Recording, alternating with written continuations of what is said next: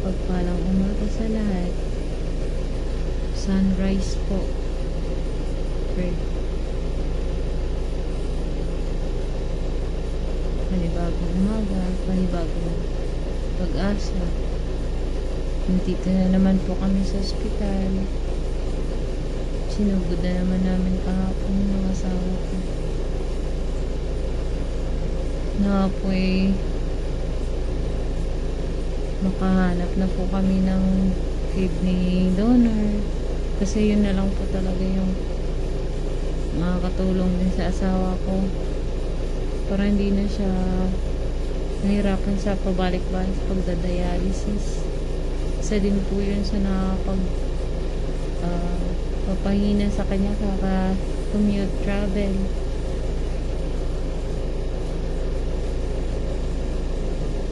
Iwas din sa complication pag na-kidney transplant. At kung hindi pa man siya makahanap ng kidney transplant, yung for fistula surgery na lang po muna.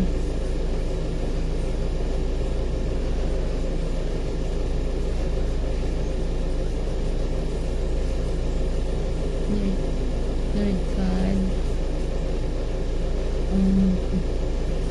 kung naman yung plano niyo po sa amin, sa pamilya ko, I totally surrender it to you, Lord God. Alam ko, katulad ng sunrise na ito,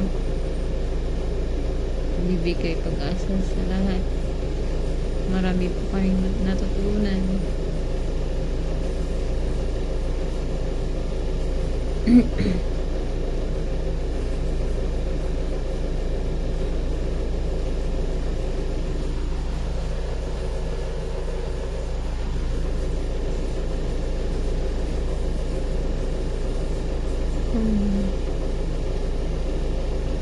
Hindi naman po kami perfectong tao, pero hindi naman po kami makasalanan na sobrang makasalanan. Lord God, tulungan niyo po kami malampasan po ito.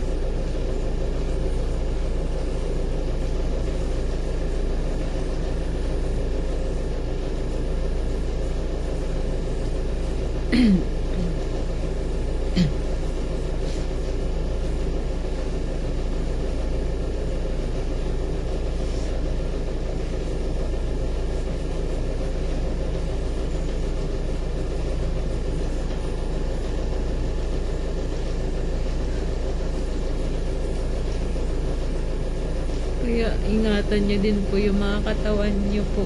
Kahit akala nyo healthy kayo, kailangan nyo pa din po makapagpa-check.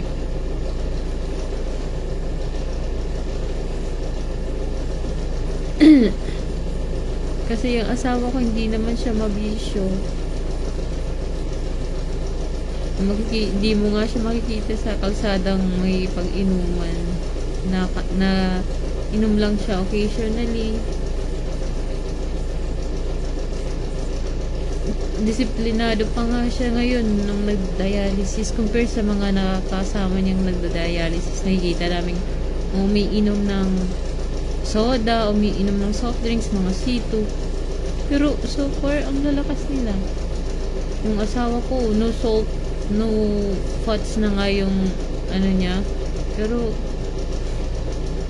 nanghihina siya. Pero di ibig sabihin nun, gagawin niyo yung mali. Gagawin niyo yung hindi dapat. Siguro lang talagang sinusubok lang talaga kami kung hanggang saan yung katatagan po namin.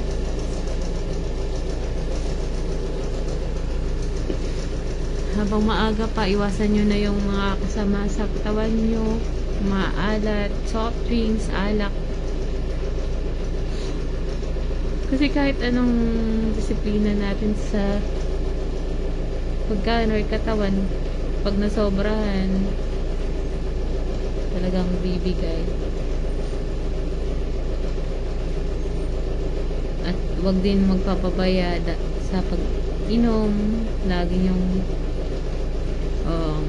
minom kayo ng tubig, 8 glass a day or even 3 liters pa.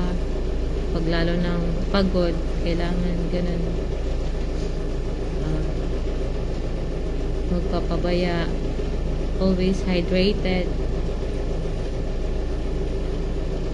Kung busy man po, lagi talagang bigyan ng time yung pag-inom ng tubig. Pag may nararamdaman na, kailangan magpa-check up. Pag hintayin na malala na.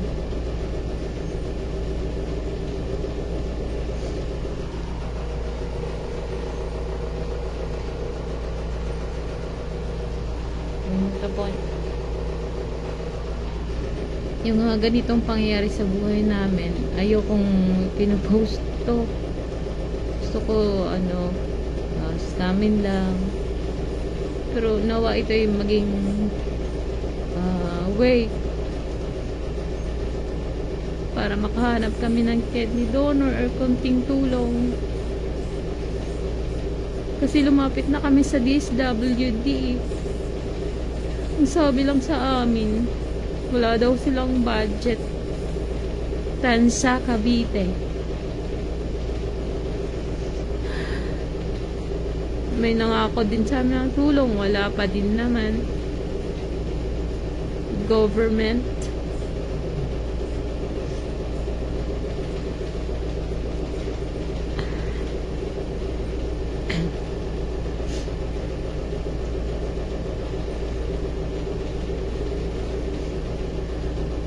Sana kahit sa mga rescue and ambulance na lang, hindi na din sana manghingi ng pamasahe.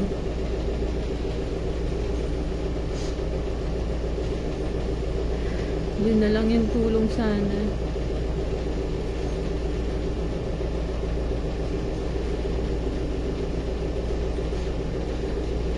Sobra na po akong naawa sa asawa.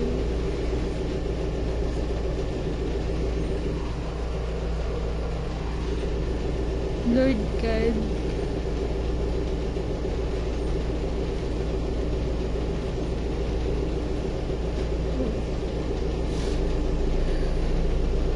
thank you for many chances.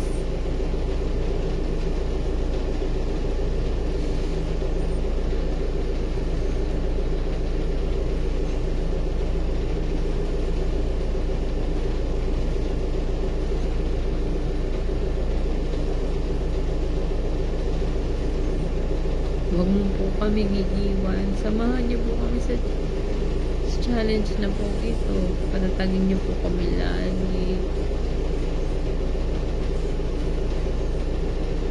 Kahit man katulad ng sunrise po yan, natatakpan ng mga ulap.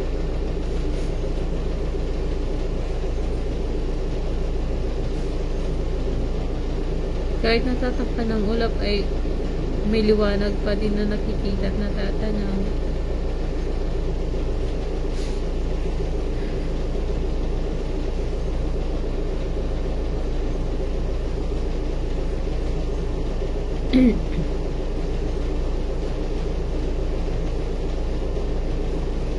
Kahit may ulap, may liwanag pa din na makikita.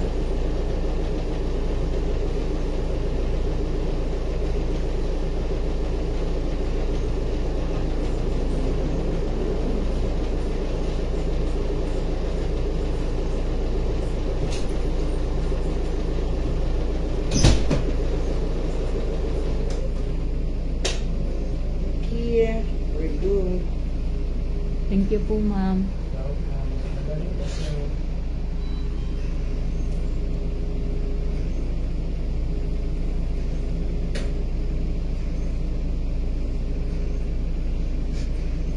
tumutulong naman, di ka nahihirapan huminga. That's good. Yes.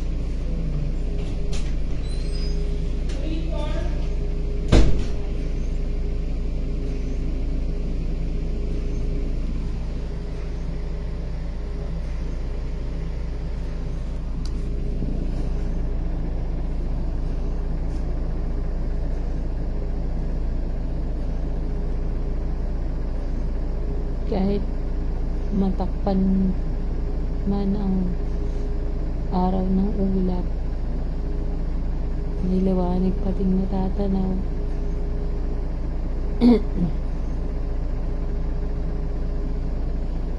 Yun, patuloy po kami umaasa at nanalig sa kabila ng lahat ng pinagdadaanan namin. Alam kong may pag-asa pa po.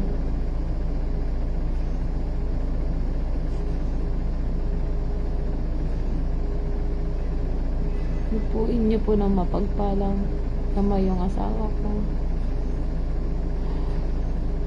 Tuluyan na po siyang gumaling. Yung miracle po. Kahit walang tulong sa iba, basta miracle niya na lang po, Panginoon. Yung miracle na lang po talaga.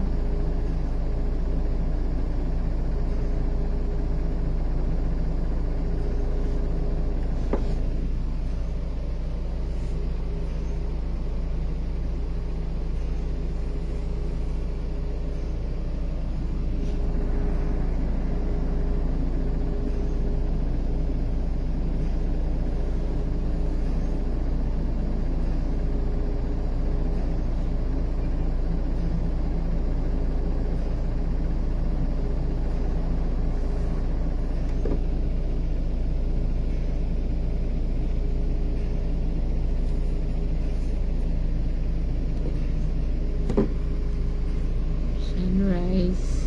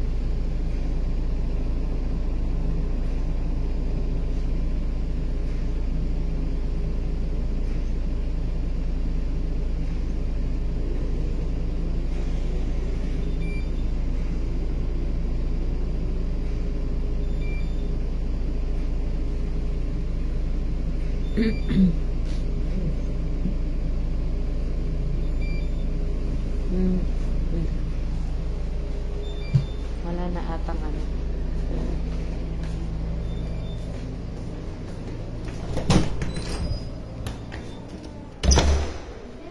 Excuse me. Tumutunog po yung sa dextrose niyo. Kasi, thank you.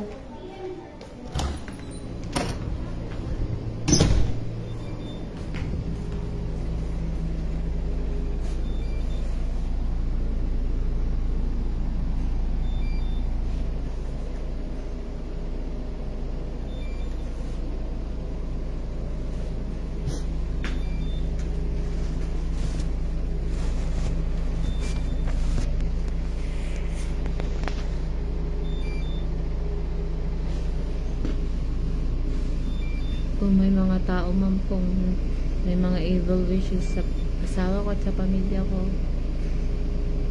maawa naman po kayo. May pamilya po at anak po kami, nangangailangan pa po ng pagkabay.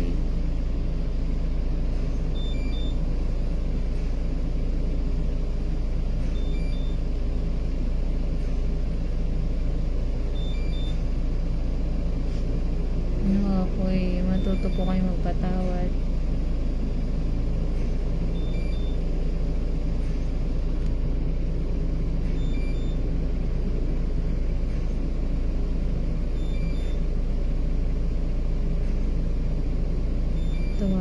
po kami.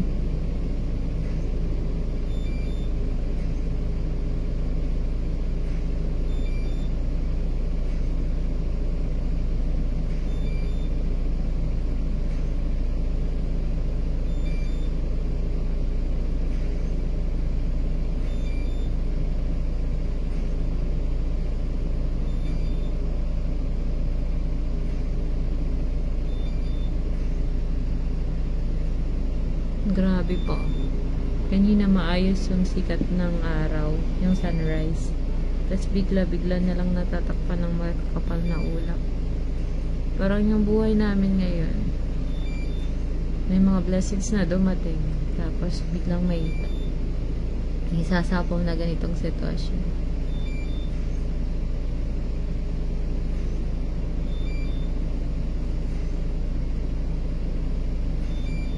Pero kahit anong takip ng mga ganitong sitwasyon, we are so grateful pa rin kay God sa lahat ng mga blessings na pinagkaloob niya po sa amin.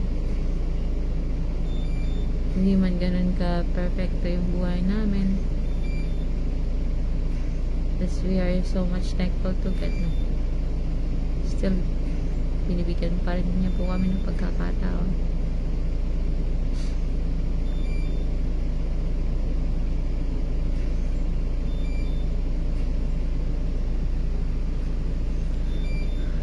Sana po ay makarating po ito sa mga gustong tumulong, lalo na po sa kidney donor, mga kamag-anak ng asawa ko na magmamatch po ng kidney,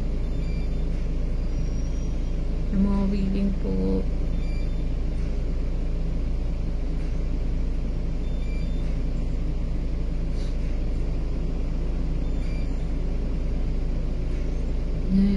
Ngayong araw po ay another day of dialysis of my husband.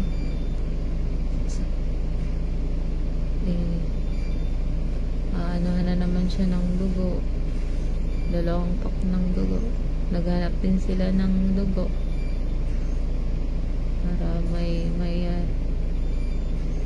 transfuse, dahil mababa na naman daw po yung hemoglobin niya.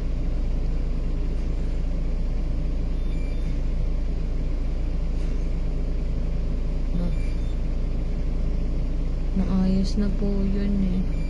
Napapagod lang siguro siya after dialysis. After niya mag-dialysis, nagko-commute pa kasi kami. Hindi na rin naman siya pwedeng mag-drive.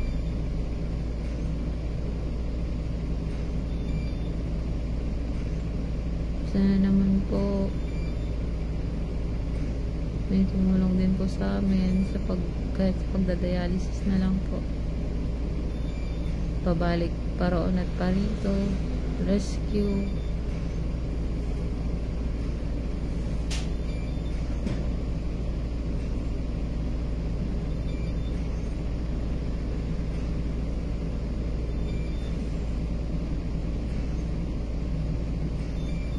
Ayoko po talaga nagpo-post ng mga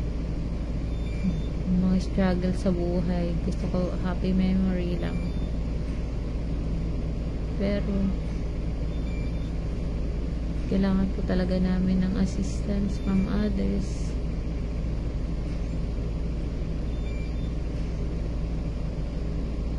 Guys, sa transportation,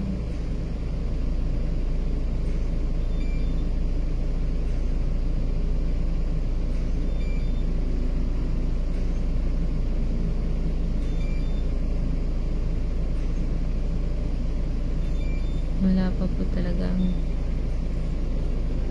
nagtatanggap na tulong from government, and we're hoping po talaga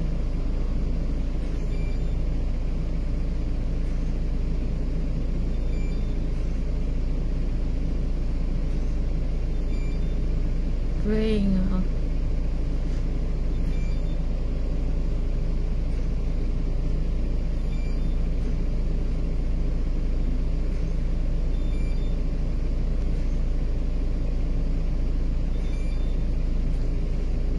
maraming salamat din po pala sa mga nagbigay ng tulong sa asawa ko.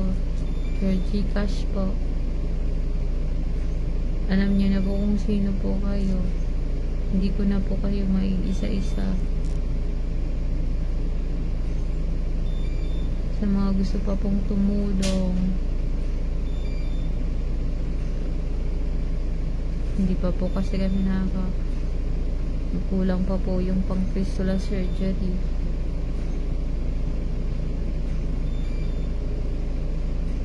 Ayoko nang ganito sana. Nahihiya din po kasi ako manghingi ng tulong. Pero para sa asawa ko, gagawin ko lahat. Kasi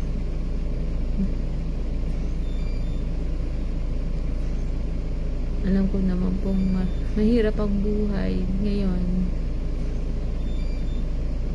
May kanya-kanyang struggle sa buhay.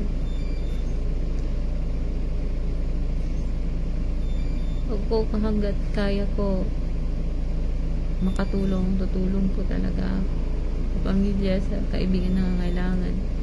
Kaso ngayon sagad na po talaga. Wala na din po yung savings.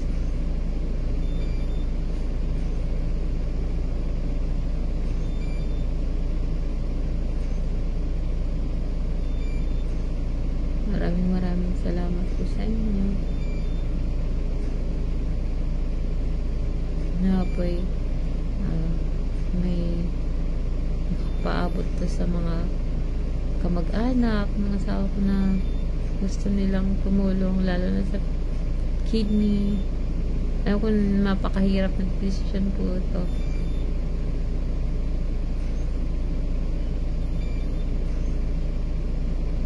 Pero sana sila yung reason para magkaroon ulit ng pag-asa at magkaroon pa ng panibagong buhay ang habang buhay para sa anak po namin. 2 years old pa lang po kasi ang anak namin.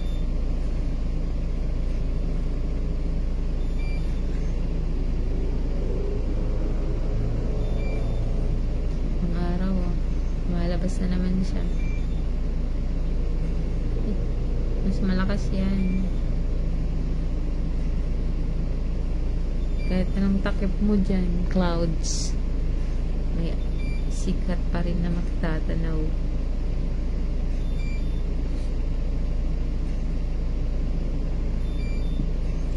Sige po, maraming salamat po. I will end this video na po.